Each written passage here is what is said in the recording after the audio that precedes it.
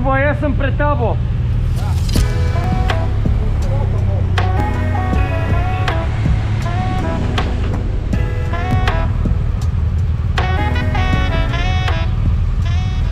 V bistvu je, da imate gor opremo, tako gledajte, da ste zapeti, da tudi če je vroče, da uporabljate rokavice, da se jih zapnete.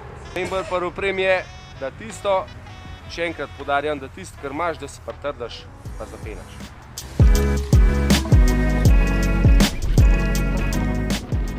Prav čelado, kot tako, gledajte, da je vzdrževan tudi vizir. Joža, ti si videl zdaj, če ni, pa je pa problem, vse skrat spraskan.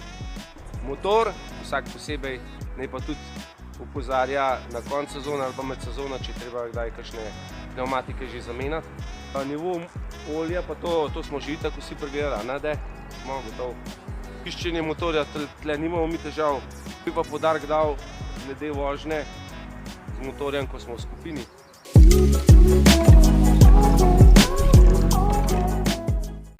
Da se znajdete, da sta tudi dva skrbna v isti relaciji. Poudarek je zmeram na to, da ne zapreš varne poti kolegu v formaciji. Naprej pa pol, da se še oprem na te nevarnosti, ki so na cest, samo to, da se spomnimo. Prav začetek sezone, mrzo asfalt, vremenske razmere, kakršne so. Kaj bi? Pesek. Bravo, pesek. Pomagati, sol. Sol, ja, vse to imamo. Zalivke.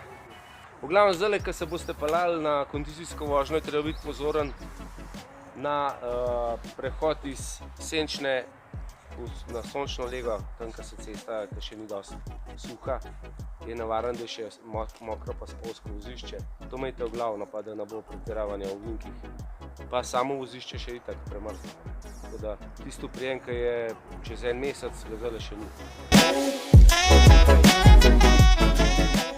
Pogled v ovinkih.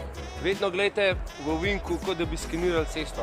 Pogled v ovinkih je zmeram naprej. Ne gledati pred motor, gledajte naprej, pa rečemo približno 50 metrov in to razdaljo ti skozi skeniraš. Se pravi, dejansko skozi zaznavaš, kaj je na cest, tudi toliko prek boš zaznal oviro in pogled gre mimo ovire. Govorimo o luknjah, zalivkah. Ko je prehod za pešce, tam gledate, da boste peljali med samim oznakam, belim črtam.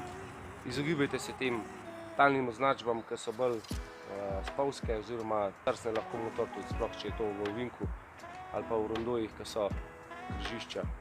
Položaj na motorju, bistvo, kako držite motor, te roke na ročajih. Noge so spravljene, bom rekel, usporedno z motorjem so stopala.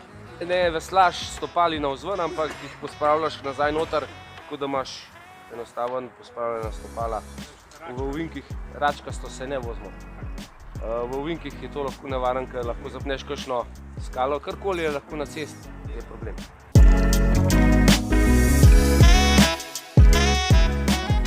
Pa srečno na cesti.